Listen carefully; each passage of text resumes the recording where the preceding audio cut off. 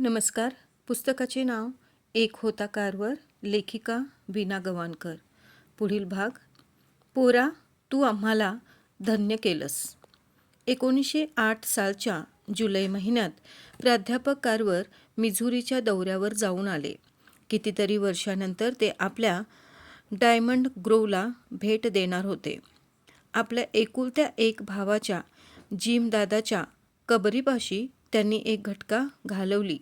त्यावेळी त्यांच्या हृदयात काय घालमेल झाली असेल ती त्यांना ठाऊक. मारिया आत्याच्या घरी एक रात्र घालवली. खूप शीख आणि बांधवांच्या उपयोगी पड म्हणून जॉर्जला घातलेली आण जॉर्जने किती प्राणपणाने पाळली याचा तिला कोण आनंद झाला. मग जॉर्ज कारवर डायमंड ग्रोव्हला गेले. मोजेस बाबा आता 96 वर्षांचे झाले होते. वृद्ध आणि विकलांग. सुजनबाई स्वर्गवासी झाल्या होत्या.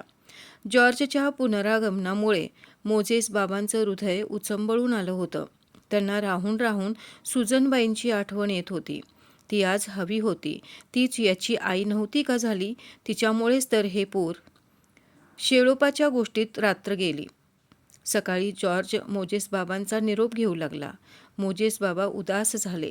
मन कातर झालं. 30-35 वर्षांपूर्वी ज्ञानाच्या शोधात गेलेला हडकुळा काळाबेंद्रा जॉर्ज आज एक जगद्विख्यात शास्त्रज्ञ बनून त्यांच्यासमोर उभा होता. उंचापुरा, शरीराने आणि ज्ञानानेही. जॉर्जला ते आपल्या विजत चाललेल्या दृष्टीत साठवून घेत म्हणाले, तुला जिथे जायचं होतं तिथे तू पोहोचलास पोरा. तुझं अढळपद तू मिळवलंस. मला अभिमान वाटतो तुझा. सुजनलाही आज धन्यता वाटली असती. पोरा, तू आम्हाला धन्य केलंस. ही त्यांची अखेरची भेट. मी न माझा. 1916 साली लंडनच्या रॉयल सोसायटी ऑफ आर्ट्स या संस्थेने प्राध्यापक कारवरना आपलं सभासदत्व बहाल केलं. सर हेनरी जॉन्सन या सुप्रसिद्ध ब्रिटिश कादंबरीकाराने आपल्या आत्मचरित्रात व the Negro in the new world या पुस्तकात प्राध्यापक कारवरविषयी गौरवपूर्ण शब्दात माहिती दिली आहे. त्यामुळे ते ब्रिटिश जनतेला ज्ञात झाले असावेत व वरील सभासदत्व दिलं गेलं असावं. 1921 साली त्यांना congressional ways and means committee पुढे युनायटेड पीनट ग्रोअर्स असोसिएशनतर्फे शेंगदाण्यावर जकातकर बसवण्याचा ठराव मांडण्यासाठी जावं लागलं. शेंगदाणा पिकवणाऱ्या शेतकऱ्यांनी 1919 मध्ये युनायटेड पीनट ग्रोवर्स असोसिएशन ही संघटना स्थापन केली. चीन, जपान इत्यादी पूर्वेकडील देशातून येणारा शेंगदाणा तेथील स्वस्त मजुरीमुळे अमेरिकन शेंगदाण्याच्या मानाने स्वस्त पडे. खेरीज त्यांच्यावर आयातकरही माफक होता. त्याचा परिणाम अमेरिकेतील शेंगदाणा पडून राहण्यावर झाला. त्याला बाजारपेठ मिळेना. या समस्येला तोंड देण्यासाठी शेंगदाण्याचं औद्योगिकदृष्ट्या महत्त्व सरकारला पटवून देणं भाग होतं. त्यासाठी उभ्या अमेरिकेत प्राध्यापक कारवरखेरीज अधिक योग्यतेचा दुसरा कोण असणार. तरीही एक जॉर्जियन गोरा शेतकरी म्हणालाच, आपण व्यापार कसा करावा हे जर आता एखाद्या निगरकडून शिकणार असू तर आपण साफ बुडालो असं म्हणायला हरकत नाही. 1920 साली यासंबंधीची बैठक मॉन्टगोमरी इथे होणार होती.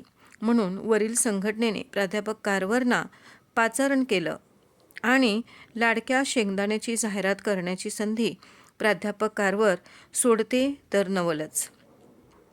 शेंगदाण्यांपासून बनवलेल्या निरनिराळ्या उत्पादनांचे नमुने 2 भल्या मोठ्या खोक्यात भरून प्राध्यापक कारवर 13 सप्टेंबर 1920 रोजी मॉन्टगोमरीच्या सिटी हॉलमध्ये भर दुपारी पोहोचले.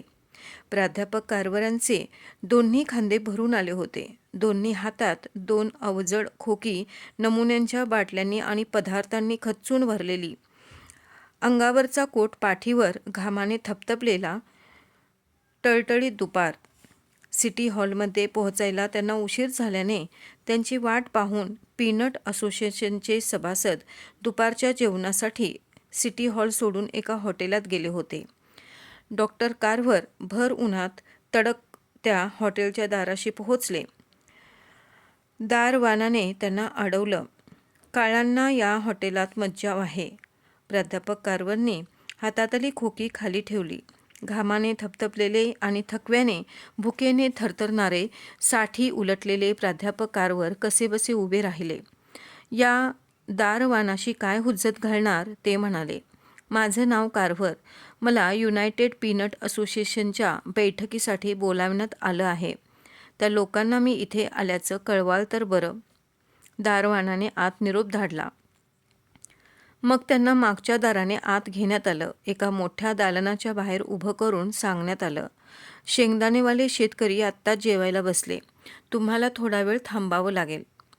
काही वर्षानंतर या प्रसंगाची आठवण सांगताना प्राध्यापक कार्व्हर म्हणाले, या उपेक्षेला, अवमानाला उत्तर म्हणून सामान उचलून चालू लागणं मला कठीण नव्हतं. मीही माणूस आहे. माणसाच्या मानापमानाच्या भावना मलाही आहेत. तिथून तडक निघावं अशी प्रबळ उर्मी क्षणभर माझा ताबा घेऊन गेली. पण मी विचार केला, माझ्या वैयक्तिक भावनेच्या कौतुकासाठी किंवा उद्योगपती व्यापारी यांच्या संपत्तीची वृद्धी करण्यासाठी मी इथे आलेलो नाही. मी आलो आहे त्या गरीब शेतकऱ्यांसाठी, ज्यांनी माझ्या शब्दांवर विसंबून भुईमुग पेरला त्यांच्यासाठी. या संघटनेच्या ठरावाचा फायदा त्या गरीब शेतकऱ्यांना मिळणार होता म्हणून. तर या बैठकीमुळे हजर व्हायला त्यांना दुपारचे 2 वाजले. सर्व सभासद थंड आणि अलिप्त वाटत होते. पण झाल्या प्रकाराचा कोणताही परिणाम आपल्या वागण्यात न दाखवता प्राध्यापक कार्व्हरनी आपली खोकी उघडली. लाडक्या भुईमुगापासून तयार केलेल्या वस्तूंचं एक छोटंसं प्रदर्शन एका टेबलावर त्यांनी मांडलं. मांडता मांडता शेंगदाण्याच्या उपयुक्ततेचे दाखले देणं चालू होतंच. शेंगदाण्यांपासून बनलेले ते विविध पदार्थ, विविध वस्तू पाहून सर्व सभासद अवाक झाले. डॉक्टर कार्व्हरनी त्यांना सर्व पदार्थ तपशीलवार समजावून दिले. गाईच्या 100 पौंड दुधापासून 10 पौंड चीज मिळतं, पण शेंगदाण्याच्या तेवढ्याच दुधापासून 20 पौंड चीज मिळतं. तसंच शेंगदाण्यात जीवनसत्व ब असून पेलाग्रा रोगावर ते गुणकारी आहे. ही व अशी विधानं ऐकून सारी सभा स्तब्ध झाली. समोर मांडलेलं प्रदर्शन साक्षीला असतानाही सभासदांचा स्वतःच्या डोळ्यावर विश्वास बसत नव्हता. ते प्रदर्शन पाहण्यासाठी सगळ्यांनी गर्दी केली. शेवटी सभेचं सूत्र आपल्या हाती घेत अलाबेमाचे श्री स्टिगाल म्हणाले, आता प्राध्यापक कार्व्हर यांनी शेंगदाण्यासंबंधी जे काही सांगितलं आणि प्रत्यक्ष दाखवलं त्यावर मी काही वक्तव्य करावं असं काहीच शिल्लक नाही. मीच काय, पण त्यांचं आताचं भाषण ऐकलेला कोणीही सभासद त्यांच्यासमोर उभा राहून असा दावा करू शकत नाही की देशात अशी एक औद्योगिक यंत्रणा आहे की ज्याच्याद्वारे मानवी आयुष्याच्या गरजा पुरविल्या जातात. येत्या अमेरिकन काँग्रेसमध्ये याविषयीचा ठराव मी मांडणार आहे आणि त्यावेळी या ठरावाला पुष्टी देणारी खुलासेवार माहिती देण्यासाठी प्राध्यापक कार्व्हर माझ्याबरोबर असतील, ही खात्री बाळगा. श्री स्टिगाल यांच्या भाषणाचं स्वागत टाळ्यांच्या गजरात झालं. भुईमुगाच्या आयातीवर जादा जकात कर लादला गेला पाहिजे यावर एकमत झालं. याच संघटनेतर्फे वेज अँड मीन्स कमिटी पुढे उभं राहण्यासाठी त्यांना तारांवर तारा पाठवून बोलविण्यात आलं. 20 जानेवारी 1921 रोजी त्यांना वॉशिंग्टन इथे हजर व्हायचं होतं. टस्किगी निग्रो शाळेमध्ये या तारांनी वातावरण कसं भारावून टाकलं. सारेजण त्यांचं अभिनंदन करायला धावत होते. टॅरिफ बिलावर बोलायला प्राध्यापक कार्व्हर वॉशिंग्टनला जाणार. शाळेच्या दृष्टीने केवढ्या अभिमानाची घटनाही. मात्र सारेजण एका बाबतीत चिंतित झाले होते. डॉक्टर कार्व्हरांचा पोशाख. 28 वर्षापूर्वी वर्गबंधूंनी जबरदस्तीने त्यांच्या अंगावर चढवलेला सूट ते आजही वापरत होते. त्या पोशाखावरून सगळे त्यांना छेडत होते. आता तरी नवीन पोशाख शिवा म्हणून आग्रह करत होते. पण शेवटी ते साऱ्यांना म्हणाले, हे पहा, जर लोकांना माझा नवीन पोशाख पाहायची इच्छा असेल तर तो मी एका खोक्यात घालून पाठवून देतो आणि जर त्यांना मीच हवा असेल तर आहे त्या पोशाखात त्यांनी मला स्वीकारलं पाहिजे. वेज अँड मीन्स कमिटीच्या सदस्यांना पीनट असोसिएशनच्या ठरावाची कुणकुण लागली होती. त्यांच्या मते हे माकडाचं खाणं शेंगदाणं म्हणजे जकातीच्या संदर्भात एक मोठा विनोदच होता. त्या विनोदावर भाष्य करण्यासाठी कमिटीने फक्त 10 मिनिटांचा अवधी दिला होता. प्राध्यापक कारवर यांनी आपल्या अल्पमोली आणि बहुगुणी शेंगदाण्याबद्दल 10 मिनिटात अशा काही कुम्हासदार भाषेत माहिती दिली की समस्त कमिटीची उत्सुकता चाळवली गेली. शेंगदाण्याबद्दलच्या अद्भुत माहितीने सारी सभा तटस्थ झाली. आपली 10 मिनिटं संपताच प्राध्यापक कारवर आपल्या जागेवर तेव्हा अध्यक्षांसकट साऱ्या सभेने त्यांना विनंती केली की अधिक विस्तृत विवेचन करावं. भूतलावर उगवणारी प्रत्येक वनस्पती, प्रत्येक बी, प्रत्येक फळ तुमच्या अन्नाची गरज भागवेल. प्राध्यापक कारवरांनी सभा जिंकली होती. विनोदाचा विषय ठरवला गेलेल्या उपेक्षित शेंगदाण्याविषयी उत्सुकता निर्माण झाली होती. आपल्यासोबत आणलेल्या भल्या मोठ्या पेटाऱ्यातून छोट्या छोट्या बाटल्या, डबे, काचनळ्या इत्यादी खजिना काढून त्यांनी त्यांचं एक प्रदर्शन टेबलावर भरवलं. शेंगदाण्यांपासून बनवू शकलेल्या असंख्य पदार्थांचं प्रदर्शन. प्रदर्शनातील पदार्थांची माहिती देताना शेंगदाण्याचं वैद्यकीयदृष्ट्या आणि औद्योगिकदृष्ट्या महत्त्व विशद करण्यास ते विसरले नाहीत. आपण बराच वेळ आपल्या लाडक्या शेंगदाण्याविषयी बोलत आहोत हे ध्यानी येताच प्राध्यापक कारवरनी आपलं भाषण आवर्त घेतलं. अध्यक्षांच्या हे लक्षात येताच त्यांनी कारवरना विनंती केली, तुमच्यावर वेळेचं बंधन नाही. जास्तीत जास्त माहिती द्याल तर या कमिटीवर उपकार होतील. या संधीचा पुरेपूर फायदा प्राध्यापक कारवरनी घेतला. आपल्या विनोदी व मिस्किल शैलीत त्यांनी शेंगदाण्यापासून 300 पदार्थ कसे बनविता येतात हे साध्यंत सांगितले. शेंगदाण्यापासून बनवता येणारा शाकाहारी, मांसाहारी, कालव इत्यादी पदार्थ मांसाहारी पदार्थांची उणीव भासू देत नाही. शेंगदाण्याच्या सालापासून वेगवेगळे 30 टिकाऊ रंग बनवता येतात. सारांश, शेंगदाण्याचा कोणताच घटक फुकट न जाता त्यापासून काही ना काही उपयुक्त पदार्थ बनू शकतात याची त्यांनी ग्वाही दिली. हे सारे पदार्थ तुम्ही स्वतः तयार केलेत का? कुठे? होय, हे सारे पदार्थ मी आपल्या प्रयोगशाळेत तयार केलेले आहेत. अलाबेमातील टस्केगी निग्रो शाळेमध्ये मी शिक्षक आहे. आमचं रताळ्यावरही संशोधन चालू आहे. त्यापासून आत्तापर्यंत 100 निरनिराळ्या गोष्टी तयार करण्यात आम्हाला यश मिळालं आहे. काय म्हणता? सारी सभा आश्चर्याने उद्गारली. हो तर, रताळ्यापासूनही शाई, सौंदर्य प्रसाधनं, रंग इत्यादी 107 उत्पादनं तयार करता येतात. ते असो, सध्या आपण शेंगदाण्यापुरतंच बोलू. अहो, या शेंगदाण्यात नाही काय? हा शक्तिदायक, सत्वयुक्त, आरोग्यवर्धक असा त्रिगुणसंपन्न असून औद्योगिकरित्या अतिउपयुक्त आहे. एका श्रोत्याने त्यांना विचारलं, तुम्हाला हे सारं सुचलं कसं? कसं म्हणजे? बायबलमधून जेनेसिसच्या पहिल्याच भागात म्हटलेलं आहे, भूतलावर उगवणारी प्रत्येक वनस्पती, प्रत्येक बी, प्रत्येक फळ तुमच्या अन्नाची गरज भागवेल. मांसाहारासारखा तुम्ही तिचा उपयोग करू शकाल. त्यातूनच मी प्रेरणा घेतली. विधाता निरर्थक कधीतरी बोलेल का? खरोखरच प्राध्यापक कारवर, तुम्ही या कमिटीवर अनंत उपकार केले आहेत. साऱ्यांच्या वतीने मी तुमचे आभार मानतो. अध्यक्षांच्या या आभार प्रदर्शनानंतर सारे सभासद एकसाथ उभे राहिले. टाळांच्या गजराने अध्यक्षांच्या मताशी आपण सहमत आहोत असं त्यांनी दर्शवलं. सभागृह सोडून प्राध्यापक कारवर निघाले तेव्हा केटकीचे काँग्रेसमन बर्कली यांनी त्यांना विनंती केली की शेंगदाण्याविषयी लेखी निवेदन द्यावं. प्राध्यापक कारवरांनी त्यांची विनंती मान्य करून आपल्या परतीच्या प्रवासात त्या सभेपुढे दिलेली माहिती लिहून काढली. समारोप केला. माझ्याकडे विक्रीसाठी काही नाही. मी कसलंच उत्पादन करत नाही. घातकी व्यापारी स्पर्धांवर आपण योग्य ते निर्बंध घालण्याची दक्षता घ्यावी ही विनंती. कारण व्यापार हा माझा प्रांत नव्हे. एका निग्रोच्या संशोधनामुळे एक नवं पर्व सुरू झालं. त्याच्याच कर्तृत्वाने शेंगदाण्याला टॅरिफ बिलात HR 2435 या क्रमांकाखाली समाविष्ट करण्यात आलं. या विजयापेक्षाही अधिक आनंद प्राध्यापक कारवरना कशाचा झाला असेल तर गोंधळातून सुटून आपल्या प्रयोगशाळेत वावरायला आपण मोकळे झालो याचंच. ते याच खुशीत टस्केगीला परतले. लाडक्या भुईमुगाच्या संशोधनावर काही मर्यादाच राहिल्या नव्हत्या. त्यांनी शेंगदाण्यापासून बनवलेल्या पिठाची गुणवत्ता गव्हाच्या पिठापेक्षा प्रथिनांबाबत चौपटीने तर स्निग्धांशाबाबत 8 पटीने अधिक होती. खेरीज त्यात शर्करा कमी असल्याने ते पीठ मधुमेही लोकांनाही चालणार होतं.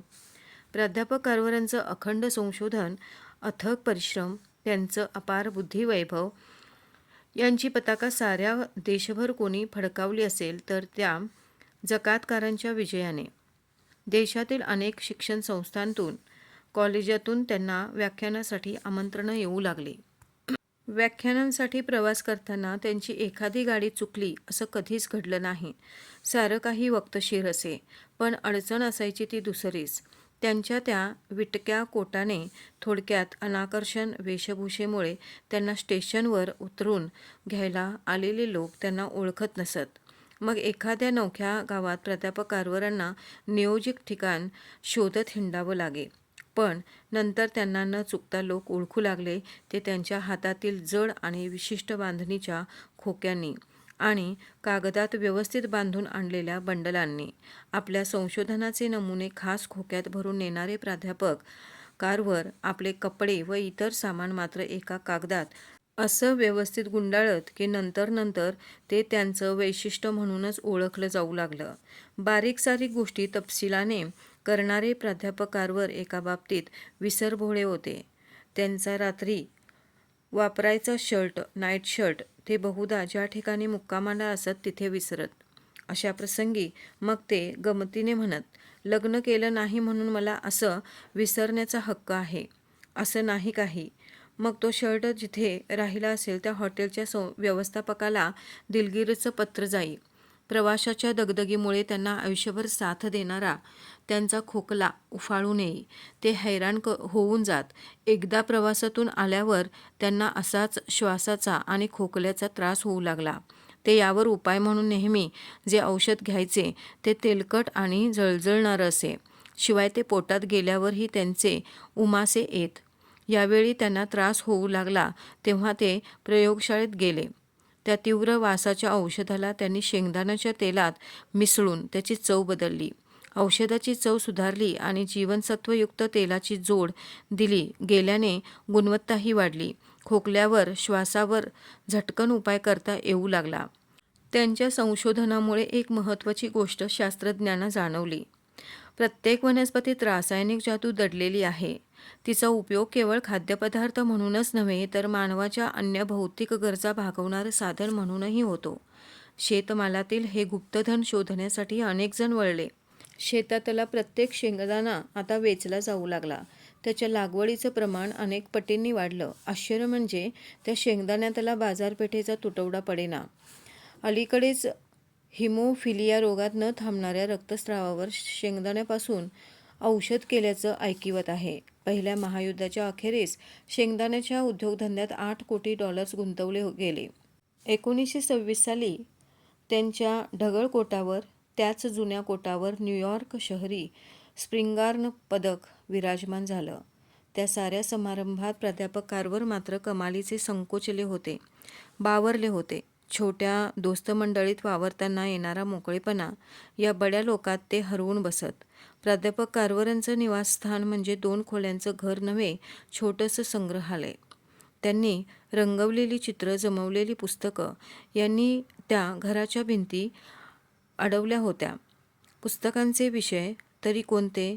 भूगर्भशास्त्र, शेती, वनस्पतीशास्त्र, रसायनशास्त्र, खगोलशास्त्र, पदार्थविज्ञान, शेवाळ, फुलपाखरं इत्यादी हवा तो विषय. आणि भाषा इंग्रजी, फ्रेंच इत्यादी इत्यादी. पुस्तकांचा हा सोस कशासाठी? तर अद्ययावत शास्त्रीय ज्ञानाचा मागोवा घेण्यासाठी. खोलीच्या मध्यभागी ठेवलेल्या टेबलावर दगडांचे विविध नमुने मांडलेले. कोपऱ्यातला स्टोव्ह सतत पेटत असलेला, त्यावर आजूबाजूला मिळणाऱ्या कंदापासून, बियांपासून किंवा पाल्यापासून बनणारा किंवा बनवून घेतलेला पदार्थ शिजत असायचा. त्यांच्या झोपण्याच्या खोलीत शिरल्यावर समोर दिसे तो त्यांच्या आईचा सूत कातायचा चरखा, रोजच्या रोज घासून पुसून स्वच्छ ठेवलेला. एका छोट्या कपाटात त्यांनी स्वतः बनवलेले विणकामाचे, भरतकामाचे उत्तमोत्तम नमुने. असे नमुने तयार करणं हा या जगप्रसिद्ध संशोधकाचा फावल्या वेळेतला आवडता छंद. त्यांनी कागद व मेण यापासून बनवलेली फुलं इतकी टवटवीत दिसत की आज सरांनी कोटावर लावलेलं फूल खरं की कृत्रिम यावर विद्यार्थ्यांच्या पैजा लागत. अशा या हरहुन्नरी बुद्धिमान कलाकार संशोधकाचा पोशाख मात्र त्यांच्या मित्रमंडळींना, चाहत्यांना वैताग आणणारा विषय होता. टसकीगीत पाऊल टाकताना अंगावर असलेला पोशाख बदलायची गरज त्यांना कधी वाटली नव्हती. तोच पोशाख धुवून, इस्त्री करून, वेळप्रसंगी रफू करून ते वापरत होते. तसेच त्यांचे बूट वेळोवेळी दुरुस्त केलेले. आपल्याच हातांनी त्यांना पोशाखी वृत्तीचा मनस्वी कंटाळा. स्वतःच्या पोशाखावर लक्ष देणं म्हणजे पैशाचा आणि वेळेचा अपव्यय असं त्यांचं मत होतं. तसंच गप्पागोष्टीत वेळ दडवणं, उगीचच वाद घालणं त्यांना पसंत नसे. विचारी माणसाचं तोंड नेहमी बंद असतं हे त्यांचं आवडतं सुभाषित. त्यांच्या अबोल आणि एकलकोंड्या वृत्तीमुळे त्यांच्याबद्दल गैरसमज पसरत आणि मग त्यांना त्याचं वाईट वाटे. टापटिपीने पोशाख करणं, वेळ मारून नेण्यासाठी काहीतरी बोलणं, कृत्रिम संभाषण करणं इत्यादी त्यांच्या स्वभावात बसणार नव्हतं. त्यामुळे ते मेजवानीचे प्रसंग टाळत. एखादी नवी पाककृती करून खिलवणं किंवा शेतकरी बंधूंच्या परसात बसून चर्चा करणं त्यांना आवडे. त्यासाठी कोसच्या कोस तुडवत जावं लागलं तरी त्यांचे कष्ट त्यांना जाणवत नसत. शिवाय जाता येताना रस्त्यात नव्यानेच आढळणारे दगड किंवा वनस्पती गोळा करायला मिळणं